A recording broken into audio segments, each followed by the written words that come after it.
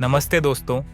आज हम लेकर आए हैं एक ऐसी कहानी जो सिर्फ ईंट और पत्थर की नहीं बल्कि आस्था, संघर्ष और भक्तों के अटूट विश्वास की है। ये है अयोध्या के राम मंदिर की कहानी। 500 साल का लंबा इंतजार, अनगिनत बलिदान और कुछ ऐसी असाधारण प्रतिज्ञाएं जिन्होंने इतिहास के पन्नों को बदल दिया। क्या आप जानते हैं कि इस मंदिर के लिए कितने भक्तों ने अपने प्राण तक न्यौछावर कर दिए? क्या आपने सुना है उन वचनों के बारे में जिन्हें पूरा करने के लिए लोगों ने अपनी जिंदगी दांव पर लगा दी? तो चलिए इस रोमांचक सफर पर निकलते हैं जहां हर कदम पर एक नया रहस्य और एक नई प्रेरणा आपका इंतजार कर रही है। हमारी कहानी शुरू होती है 1528 से, जब मुगल बादशाह बाबर का सेनापति मीर बाकी अयोध्या पहुंचा। हिंदू मान्यताओं के अनुसार अयोध्या वो पवित्र भूमि है जहां भगवान राम का जन्म हुआ था। कहा जाता है कि यहाँ पहले एक भव्य राम मंदिर था जिसे मीर बाकी ने बाबर के आदेश पर तोड़ दिया और उसकी जगह बना दी बाबरी मस्जिद। जब मंदिर तोड़ा जा रहा था तब भीटी के राजा महताब सिंह बद्रीनारायण ने मंदिर को बचाने के लिए बाबर की सेना से युद्ध लड़ा। कई दिनों तक ये युद्ध चला और अंत में हजारों वीर सैनिक शहीद हो गए। इनके बाद अयोध्या से 6 मील की दूरी पर सनेतु नाम के एक गांव के पंडित देवादीन पांडेय ने आसपास के क्षत्रियों को इकट्ठा कर फिर से युद्ध किया, लेकिन हजारों हिंदुओं के साथ ये सभी शहीद हो गए और बाबर की सेना जीत गई। ये कहानी सिर्फ इतने ही लोगों की नहीं है, बल्कि इस जन्मभूमि में अनगिनत हिंदुओं का रक्त मिला हुआ है। पांडेय जी के बाद हंसवर के महाराज रणविजय सिंह भी हजारों सैनिक के साथ राम जन्मभूमि को मुक्त कराने के प्रयास में वीरगति को प्राप्त हो गए। जब महाराज स्वर्गीय हो गए तब उनकी पत्नी रानी जयराज कुमारी ने खुद इस कार्य को पूरा करने का बीड़ा उठाया और 3000 महिलाओं की सेना लेकर हमला बोल दिया और वो हुमायूं के समय तक युद्ध करना जारी रखा। लेकिन आखिरकार वो भी इस यज्ञ की आहुति में वीरगति को प्राप्त हो गई।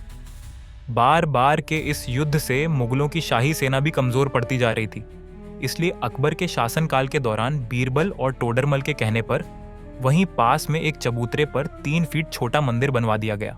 अकबर की ये चाल काम कर गई और श्रीराम जन्मभूमि में कुछ समय तक कोई रक्त नहीं बहा। यही क्रम शाहजहां के समय तक चलता रहा। लेकिन फिर आया औरंगजेब का शासन। उसने क्रूरता की सारी हदें पार कर दी और वो छोटा सा चबूतरा भी ध्वस्त करा दिया, जिस पर रामलला की मूर्ति स्थापित कर हिंदू शांत हो गए थे। 1528 के बाद से ही ये जगह विवाद का केंद्र बन गई, लेकिन हिंदू समाज ने इसे कभी भुलाया नहीं। ये सिर्फ जमीन का टुकड़ा नहीं था, ये उनकी आस्था का प्रतीक था। और यहीं से शुरू हुआ एक ऐसा संघर्ष जो अगले 500 साल तक चला। 1873 में पहली बार निर्मोही अखाड़ा नाम के एक हिंदू संप्रदाय ने इस जगह पर दावा ठोका। उनका कहना था कि मस्जिद की जगह पहले राम मंदिर था। इसके बाद हिंदुओं और मुसलमानों के बीच तनाव बढ़ा और 1855 में हनुमानगढ़ी मंदिर को लेकर हिंसक झड़पें हुई। ब्रिटिश सरकार ने हालात संभालने के लिए 1819 में एक समझौता कराया। मस्जिद का अंदरूनी हिस्सा मुसलमानों को और बाहर का चबूतरा हिंदुओं को पूजा के लिए दे दिया गया। लेकिन ये शांति ज्यादा दिन नहीं टिकी। 1885 में निर्मोही अखाड़े के महंत रघुबर दास ने फैजाबाद कोर्ट में अपील की कि राम चबूतरे पर छतरी बनाने की इजाजत दी जाए, क्योंकि तब तक मूर्ति को खुले में रखा गया था।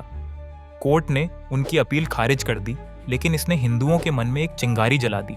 ये वो दौर था जब संघर्ष ने कानूनी रूप लेना शुरू किया। अब आते हैं 1948 में, जब भारत आज़ाद हो चुका था। 22 दिसंबर की उस रात को कुछ ऐसा हुआ जिसने इस कहानी को नया रंग दे दिया। कहा जाता है कि उस रात बाबरी मस्जिद के अंदर भगवान राम की मूर्तियां प्रकट हुईं। हिंदुओं ने इसे चमत्कार माना और वहां पूजा शुरू हो गई, जिससे तनाव बढ़ गया और फिर सरकार ने हालात काबू में करने के लिए मस्जिद के गेट पर ताला लगा दिया। 1950 में हिंदू महासभा के गोपाल सिंह विशारद ने कोर्ट में याचिका दायर की कि हिंदुओं को पूजा का अधिकार दिया जाए। दूसरी तरफ 1951 में निर्मोही अखाड़े और 1961 में सुन्नी वक्फ बोर्ड ने भी अपने अपने दावे पेश किए। इस तरह ये मामला कोर्ट की चौखट पर पहुंच गया। लेकिन दोस्तों, ये कहानी सिर्फ कोर्ट कचहरी की नहीं थी। इसके पीछे थी भक्तों की वो आस्था, वो प्रतिज्ञाएं, जिन्होंने इसे एक जन आंदोलन बना दिया। 1980 के दशक में विश्व हिंदू परिषद ने राम मंदिर के लिए आंदोलन शुरू किया, लाखों भक्त सड़कों पर उतर आए। कुछ ने प्रतिज्ञा ली कि वो मंदिर बनने तक अपने घर नहीं लौटेंगे। कुछ ने कहा कि वो इसके लिए अपनी जान भी दे देंगे। 1990 में कार सेवकों का एक जत्था अयोध्या पहुंचा, लेकिन उनमें से कईयों को ये नहीं पता था कि उनके साथ वहां क्या होने वाला है। 30 अक्टूबर और 2 नवंबर को पुलिस ने कार सेवकों पर गोली चलाई, जिसमें कई भक्त मारे गए। लेकिन इस बलिदान ने आंदोलन को और मजबूत कर दिया। अब आता है वो दिन जिसने पूरी दुनिया का ध्यान अयोध्या की ओर खींचा। 6 दिसंबर 1992। उस दिन लाखों कार सेवक अयोध्या में जमा हुए और बाबरी मस्जिद को ढहा दिया। ये घटना बेहद विवादास्पद थी। जहां हिंदुओं ने इसे अपनी आस्था की जीत माना, वहीं मुस्लिम समुदाय इसे एक बड़ा नुकसान मानता है। इसके बाद देश भर में दंगे भड़क उठे, लेकिन इस घटना ने कानूनी लड़ाई को और तेज कर दिया। 2003 में आर्कियोलॉजिकल सर्वे ऑफ इंडिया ने खुदाई की और रिपोर्ट दी कि मस्जिद के नीचे मंदिर के अवशेष मिले हैं। ये सबूत कोर्ट में पेश किए गए। 2010 में इलाहाबाद हाई कोर्ट ने एक ऐतिहासिक फैसला सुनाया। उसने 2.77 एकड़ की विवादित जमीन को 3 हिस्सों में बांट दिया। एक हिस्सा रामलला को, एक निर्मोही अखाड़े को और एक सुन्नी वक्फ बोर्ड को। लेकिन कोई भी पक्ष इस फैसले से खुश नहीं था और मामला सुप्रीम कोर्ट पहुंच गया। 9 नवंबर 2019 को सुप्रीम कोर्ट की 5 जजों की बेंच ने फैसला सुनाया। कोर्ट ने कहा कि विवादित जमीन राम मंदिर के लिए दी जाएगी और मुस्लिम पक्ष को अयोध्या में ही 5 एकड़ अलग जमीन दी जाएगी। ये फैसला सर्वसम्मति से लिया गया और इसके साथ ही 500 साल का विवाद खत्म हुआ। और फिर वो ऐतिहासिक क्षण भी आया जिसके लिए हजारों लाखों लोगों ने बीते 500 से भी ज्यादा वर्षों में अपने प्राण न्यौछावर कर दिए।